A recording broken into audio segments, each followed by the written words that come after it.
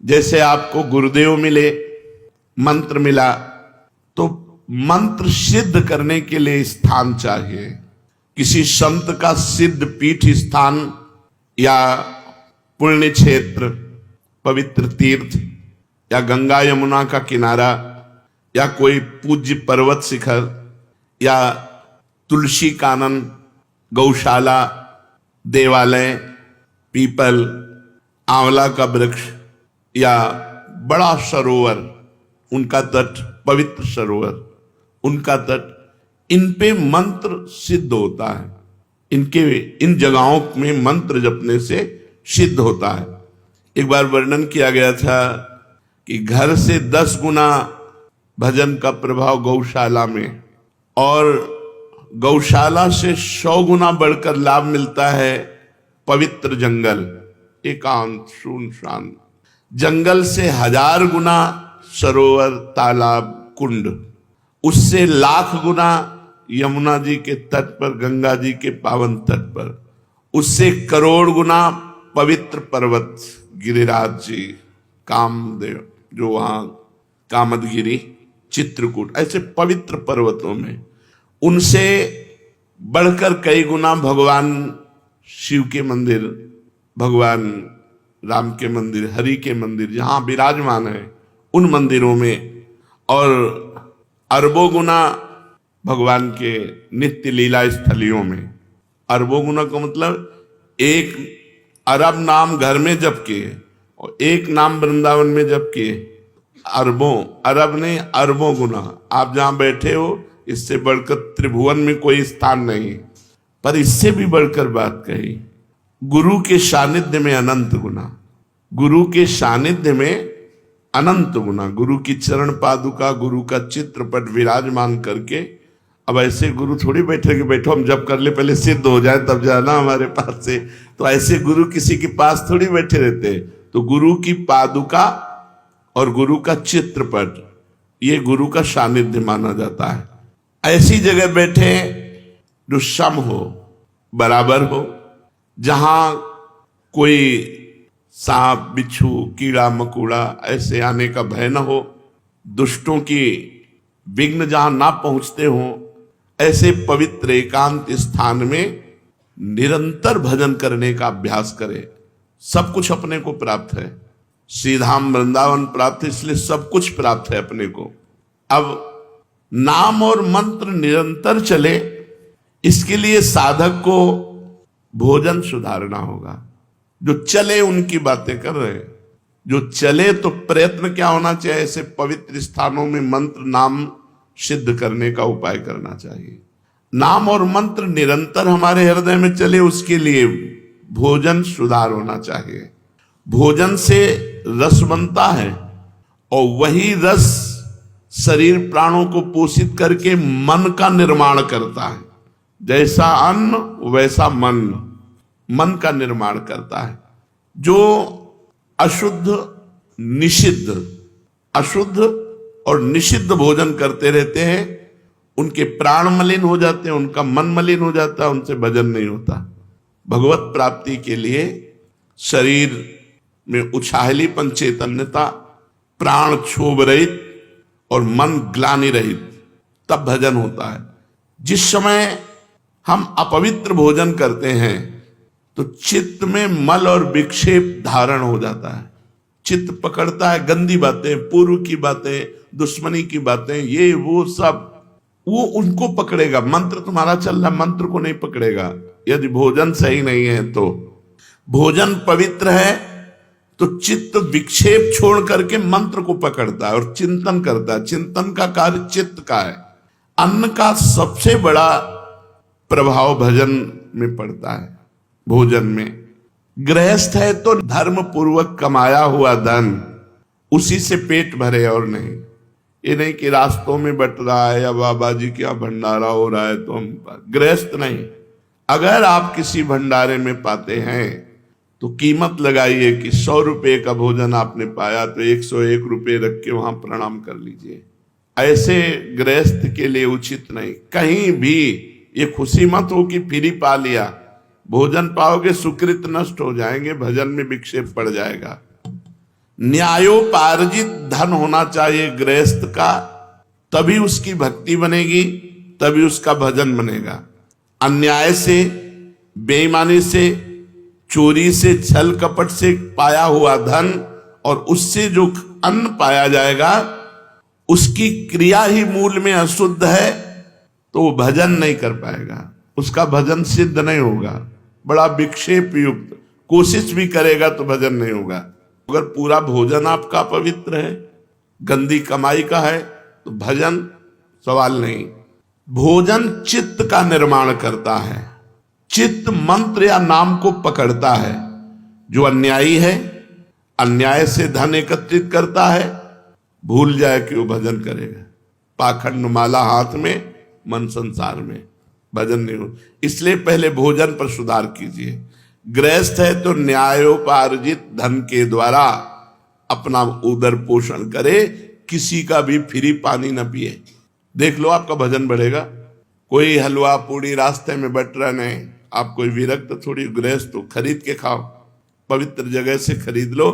यदि वहीं पाना है तो 150 रुपये भेंट रख के आओ, खाली हाथ नहीं कि खाया और चल दिया, बड़ा मौज है, तुम्हारे सुकृत नष्ट हो जाएंगे। अब आया सन्यासी, ब्रह्मचारी, वैष्णव। ये भोजन कहां से पाए? इसमें सर्वोपरिवृत्ति आकाश वृत्ति। आकाश वृत्ति कहते हैं जो परमात्मा स्वयं हमारे पास पहुंचा दे, कहीं मांगा नहीं, इशारा भी नहीं किया, हमारे पास जो आ गया उसी से उदर पोषण। काशी में इसी आकाश वृत्ति से रहते थे। दूसरी वृत्ति पवित्रता में माधुकरी। मधुकर कहते हैं भ्रमर को, जैसे एक एक फूल से थोड़ा थोड़ा पराग लेकर भौरा अपना उदर पोषण करता है, ऐसे 5 घर या 7 घरों से एक एक माधुकरी लेकर के अपना उदर पोषण करे। श्वान वृत्ति कभी स्वीकार न करे। धनी पुरुषों की चाटुकारिता करके अपनी व्यवस्था करा लेना, श्वान वृत्ति कभी नहीं। सिंह वृत्ति कभी धारण न करे, अपनी तपस्या का रुआब, अपना चमत्कार दिखा करके भरण पोषण नहीं।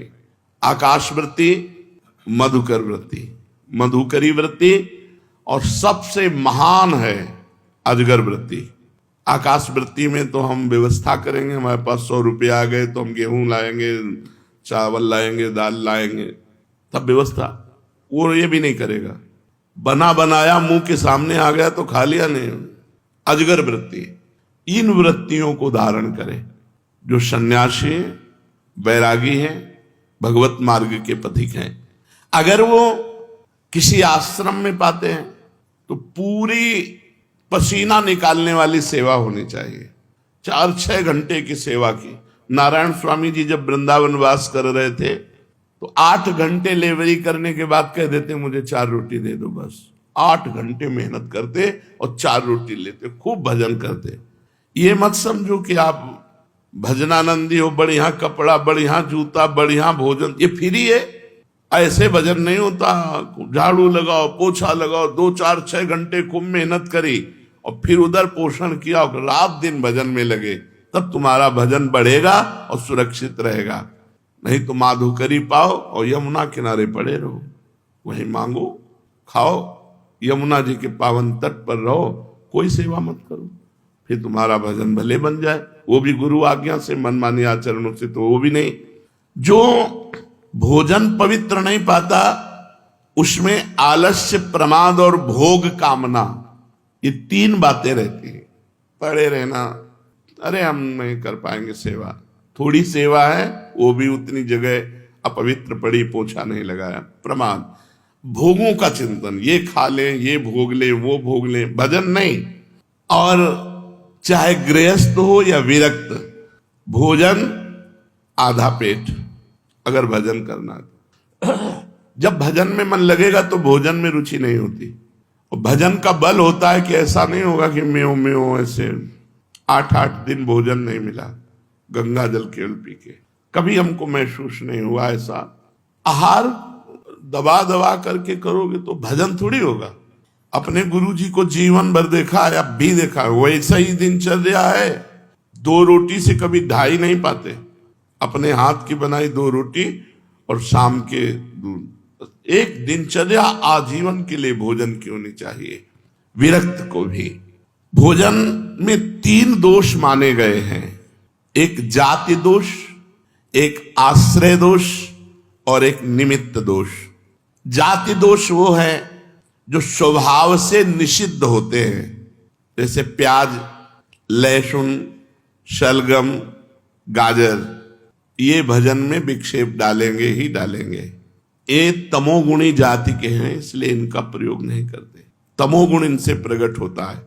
यद्यपि ये इनकी प्रकट होने की प्रक्रिया पवित्र है, जहां आलू प्रकट होती है वहीं प्याज लहसुन भी वैसे ही मिट्टी में, पवित्र मिट्टी में प्रकट होते हैं, पर ये भजन के लिए निषिद्ध है। ये बुद्धि में, भजन में विक्षेप डालते हैं, इसलिए संतों ने इसे मना किया है। ये कोई ऐसा नहीं कि प्याज लहसुन पाओगे तो पाप हो जाएगा, लेकिन भजन नहीं बनेगा। भजन शुद्ध बने, ये तमोगुणी वस्तु है, इसलिए इसको त्याज्य किया गया। ये ऐसा नहीं कि एकदम मांस मदिरा की तरह, ऐसा नहीं है। ये हमारे भजन में वृद्धि पड़े, इसलिए सलगम, लहसुन, प्याज, गाजर। जाति दोष वाली वस्तुएं यदि हम पाएंगे तो ये हमारे मन को अपवित्र कर देंगे और भजन नहीं होगा। दूसरा, आश्रय दोष। जैसे रसोई आपको खीर पूड़ी बड़ा पवित्र बना के दी गई, लेकिन उस रसोई में मांस रांधा गया है, वही गैस चूल्हा है, वही बनाने वाले हैं, वही पात्र है, ये आश्रय दोष हो गया। अगर आप पाते हैं तो आपकी बुद्धि भ्रष्ट हो जाएगी। जैसे मांस खाने से बुद्धि भ्रष्ट होकर उसका नरक गमन होगा, ऐसे ही उस रसोई का पाने से आपकी बुद्धि भ्रष्ट हो जाएगी, भजन में नहीं लगेगी। जैसे आश्रय दोष में पहला ये, जैसे शराब की बोतल है और उसमें गंगा जल भर दिया जाए तो आश्रय दोष के कारण वो गंगा जल आचमन के लायक नहीं रहेगा। जैसे जहां शराब रखी हुई है उसके पास आपके सब्जी रखी उसी फ्रिज में, वो सब्जी वो आश्रय दोष के कारण अपवित्र हो चुकी है, क्योंकि वो मदिरा वहां रखी हुई। इस तरह से आश्रय दोष का त्याग, जाति दोष का त्याग। जाति का यहां मनुष्य से नहीं है, या वस्तुओं से है। जो वस्तुएं शास्त्र निषिद्ध है उन वस्तुओं का सेवन न करें। आश्रय, आश्रय बहुत ही विवेक के, कहां भोजन, किनके यहां भोजन, कैसे आचरण करने वाले, बहुत ध्यान से। शुद्ध गाय का दूध भी यदि शराब के पास रख दिया जाए, जैसे फ्रिज है, बोतल शराब की रखी, वहीं दूध रखा है, वो दूध अपवित्र शराब की तरह आश्रय दोष के कारण हो गया, वो वैष्णव को कभी नहीं पाना चाहिए। इसीलिए बिना परिचय के भोजन नहीं करना चाहिए। अब अपनी फ्रिज में क्या क्या रखे हुए है, कैसे खाता पीता है क्या। अब इसीलिए माधुकरी वृत्ति को हम ज्यादा प्रेरित नहीं करते। तो ऐसे हम कोई पेट भरने के लिए बाबा जी बने क्या? उनकी पवित्र माधुकरी, जो पवित्र आचरण करते हैं, पवित्र व्यवहार करते हैं, उनसे हमारा भजन बनेगा। तो अब आकाश वृत्ति सर्वश्रेष्ठ है, जो भगवान दे दे उसी से अपनी व्यवस्था करके खाओ पियो, भजन करो। जैसे अपने यहाँ श्री जी के विधान में किसी से मांगा नहीं जाता, कोई दान पेटी नहीं, किसी का कोई किसी भी तरह घुमाओ फिराओ नहीं। ऐसे नहीं है ओ भाग्य खुल गए, रुपया रुपया के लिए बाबा जी बने, भोजन के लिए बाबा जी बने, भगवान के लिए बाबा जी बने। तो ऐसा नहीं संसार में कि अपवित्र ही लोग हैं, बड़े पवित्र भी हैं, उन्हीं से चलता है। तो आश्रय दोष, जाति दोष, आश्रय दोष। अब निमित्त दोष, साधक को निमित्त दोष से भी बचना चाहिए। जो वैष्णव नहीं है, जिनका अपवित्र आहार विहार है, उनका छुआ भोजन नहीं। हमारे लिए अछूत कौन? जो वैष्णव नहीं है, जो भजन नहीं करता। अगर वो चांडाल है और भजन कर रहा है, कंठी तिलक बांधे, हम उसके साथ बैठ के पालेंगे। लेकिन पंडित है, आचरण विहीन है, भगवत विमुख है, वो हमारी संगत। व्यास मिठाई विप्र की तामे लागे आग, वृंदावन के स्वपच की जूठन खाइए मांग। अहोबत स्वपच तो गरियान यज्जिभ्याग्य वर्तते नाम तुभ्यम। वो स्वपच भी विश्व पूजनीय है, जिसकी जिभ्या पे हरि नाम विराजमान है। जो भगवत भजन नहीं करते, उनके हाथ का नहीं पाना, और कोशिश करें उनकी दृष्टि न पड़ पावे भोजन पे। जैसे हम ठाकुर जी के लिए पर्दा करके अगर ले भी जाना है तो थाल ढक कर कोई देख न पावे, पर्दा लगा के भोजन। निमित्त दृष्टि भी न पड़ पावे ऐसे लोगों की जो भगवत विमुख हैं, जो नीच आचरण करते हैं, उनकी भी दृष्टि का निषेध। साधक को इन 3 दोषों से रहित भोजन पाना चाहिए। जाति दोष, आश्रय दोष, निमित्त दोष कहां रखा है इसका भी प्रभाव पड़ता है। अब प्रधान वस्तुएं कह रहे हैं कि जैसे गौ का दूध है, गौ का दही है, गौ का घी है, ये पवित्र भजन में बहुत सहयोगी होंगे। फिर तो पेट पालने के लिए, भजन के लिए गौ का दूध, जैसे भैंस का है, बकरी का है, भजन के लिए नहीं। भजन के लिए गौ का दूध, गौ का घी। जैसे कुछ लोगों का मानना है कि दूध नहीं पीना चाहिए क्योंकि उसके बछड़े का हिस्सा है। कुछ लोग अपनी बुद्धि के द्वारा, ऐसे बहुत से लोग हैं, हम उनका निषेध नहीं करते, लेकिन उनको बताना चाहते हैं कि हमारी ऋषि परंपरा ही रही है कि गौ और गौ के दुग्ध घी से यज्ञ आदि करना और अपने पालन पोषण के लिए गौ दुग्ध प्रयोग करना। यहां तक तुम भगवान तो नहीं हो, तुम्हारी बुद्धि में जो बात आई, हमारे भगवान श्री कृष्ण गौ में चराने गए, गौ में दुही जाती थी, गौ दधी, गौ मक्खन, गौ घृत, ये बाढ़ थी हमारे ब्रज में। हाँ, अब उसमें जो सिद्धांत है, यदि आप नवीन बछड़े को ईमानदारी से पिला के देखना, चारों थन रोज पिला दो, वो बीमार हो जाएगा, उसकी सामर्थ्य नहीं। क्योंकि भगवान ने क्षमता रखी गाय के दूध में इतनी कि वो एक थन, अगर छोटा बच्चा है पल जाएगा, थोड़ा बड़ा हुआ तो आधा आधा विभाग, आधा गौ सेवक और आधा बछड़ा, खूब पुष्ट बना रहेगा। ये शुरू से परंपरा रही है हमारे शास्त्रों में, स्वयं भगवान ने की ये बात। लेकिन हमारे शास्त्रों में रहा है, बहुत से ब्रह्म ऋषि तो गौ दुग्ध पान करके केवल रहते थे। वशिष्ठ जी के यहाँ विश्वामित्र जी ने ही तो जब गाय का प्रभाव देखकर बड़े बड़े ब्रह्म ऋषियों के यहाँ गौएं और गौ सेवा और गौ दुग्ध और घृत आदि से पालन। तो आज भी गौ दुग्ध, गौ दधि और गौ घृत, इन 3 का प्रयोग भोजन में भजन के लिए बहुत सहायक है। यहाँ शास्त्र के विरुद्ध बात नहीं, समाज को संत वेश में वही परोसना चाहिए। तस्मात् शास्त्रम प्रमाणम ते कार्या कार्यो व्यवस्थित हो, जो शास्त्र कहता है वो बिल्कुल दब्बू कायर है, जो शास्त्र विरुद्ध की बात को इस बात में सुने और हाँ में हाँ मिला दे। नहीं, तस्मात् शास्त्रम प्रमाणम ते कार्या कार्यो। हाँ, हर पशु हमारे यहां सेवित है। हमारा सनातन धर्म हर पशु की सेवा करता है, कुत्ते की भी सेवा करता है। कुत्ते में भी भगवान देखता है, गधे में भी भगवान देखता है। भगवान देखने के लिए भगवान आदेश किए, विद्या विनय संपन्ने ब्राह्मणे गविहस्तनी, सुनी माने कुत्ता, सुनी च सुपाके च पंडिता समदर्शिना। जो विद्या विनय संपन्न ब्राह्मण में, कुत्ते में, चांडाल में, हाथी में एक ही भगवान को देखता है। सनातन धर्म देखता है, व्यवहार नहीं करता। व्यवहार एक जैसा जो करे वो मूर्ख, और जो व्यवहार नहीं दर्शन एक जैसा करे वो पंडिता समदर्शिना।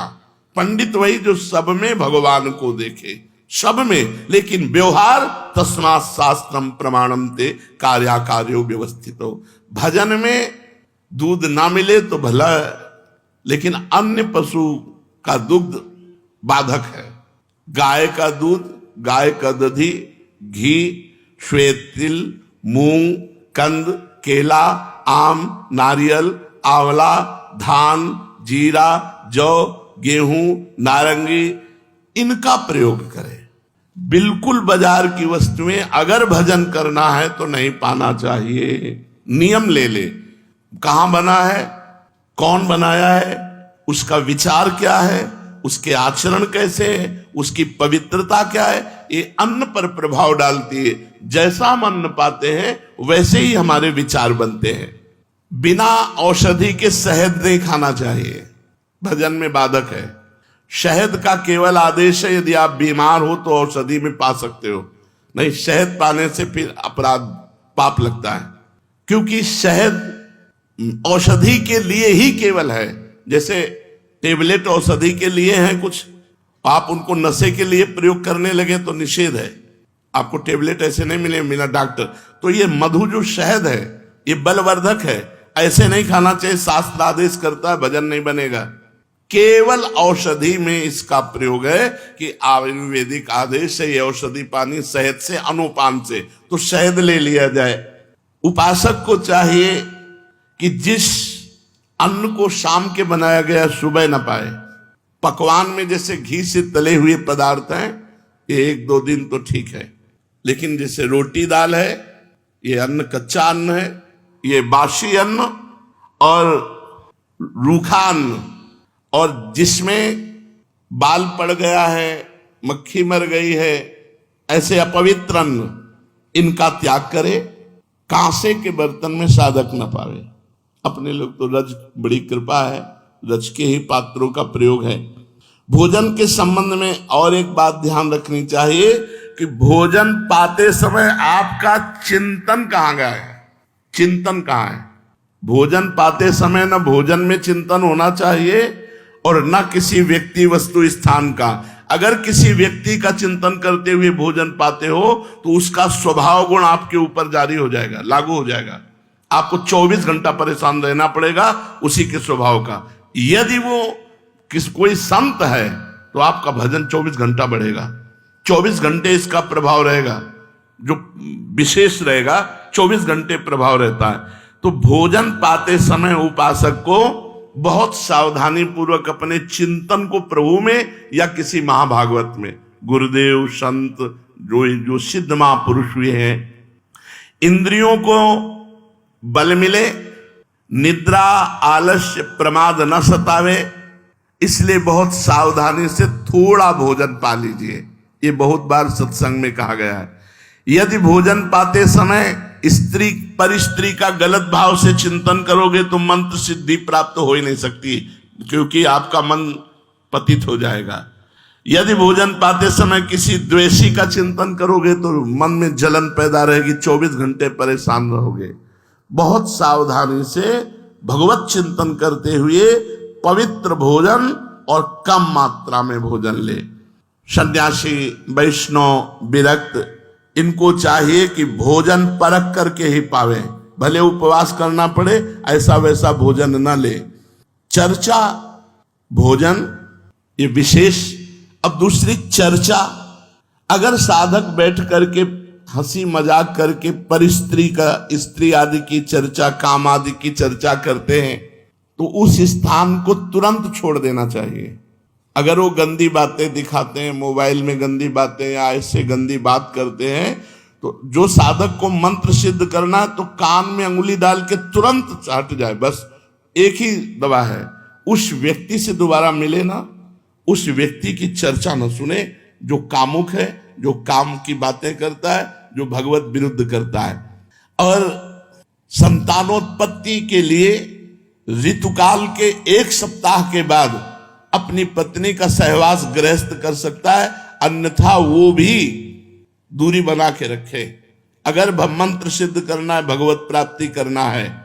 ऐसे ही स्त्री साधकों को पुरुष साधकों से शौचालय, बाथरूम, मौन जब तक पवित्र न हो जाए तब तक, ये सिद्ध होने के लिए जरूरी। अगर नाखून काटा, बाल काटा, अगर जैसा शास्त्र आदेश उसके अनुसार 2-2 महीने में मुंडन कराओ या तो आजीवन बाल रखो, शास्त्रों का बैरागी के लिए। और गृहस्थ के लिए जब बाल काटो, जब नाखून काटो तो पवित्र हो, हाथ पैर कुल्ला ऐसा, या फिर स्नान कर लो। इसके अगर बाल कटवाए ऐसे अपवित्र तो फिर वो ठाकुर सेवा या भजन या इसमें बड़ा निषिद्ध है। कह रहे हैं अगर आपको आवश्यकता है अपने बाल धोने की तो रीठा आदि, आंवला आदि से, पवित्र पदार्थों से, नहीं तो उसका प्रभाव पड़ेगा, रजोगुण चढ़ेगा, भजन में विक्षेप करेगा। कभी जूठे मुंह न रहे, कुछ भी अगर खाया तो आचमन करे 3 बार, राधा वल्लभ श्री हरिवंश, राधा वल्लभ। वैसे शास्त्री तो केशवाय नमः, नारायणाय नमः, माधवाय नमः। और हो सके तो 3 समय स्नान करे, नहीं तो 2 काल तो करे ही, प्रातः और सायं। ऐसा नहीं कि आपको शौच नहीं लगती तो आप स्नान न करें। प्रातः और सायं 2 स्नान तो होने चाहिए। वैसे 3 स्नान, त्रिकाल स्नान की बात है।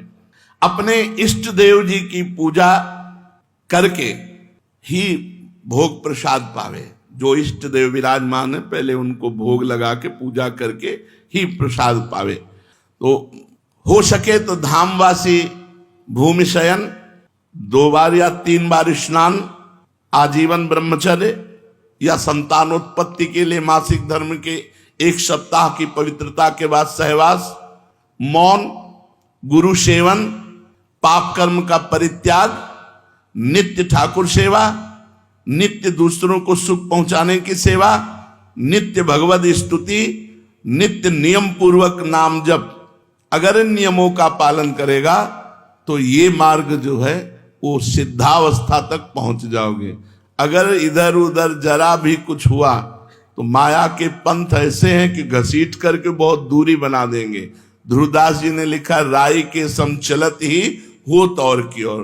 तो भगवान कहते हैं हजारों पुरुषों में कोई एक चलता है, मनुष्याणाम सहस्तेस्तु, और उन चलने वालों में कोई एक बिरला सिद्ध होता है। उन सिद्धों में कोई एक तत्व ज्ञानी होता है। वो तत्व ज्ञान मैं तुम्हें बता रहा हूं। तो आगे भगवान वर्णन करते हैं शेष चर्चा आगे। श्री राधा वल्लभ लाल की जय।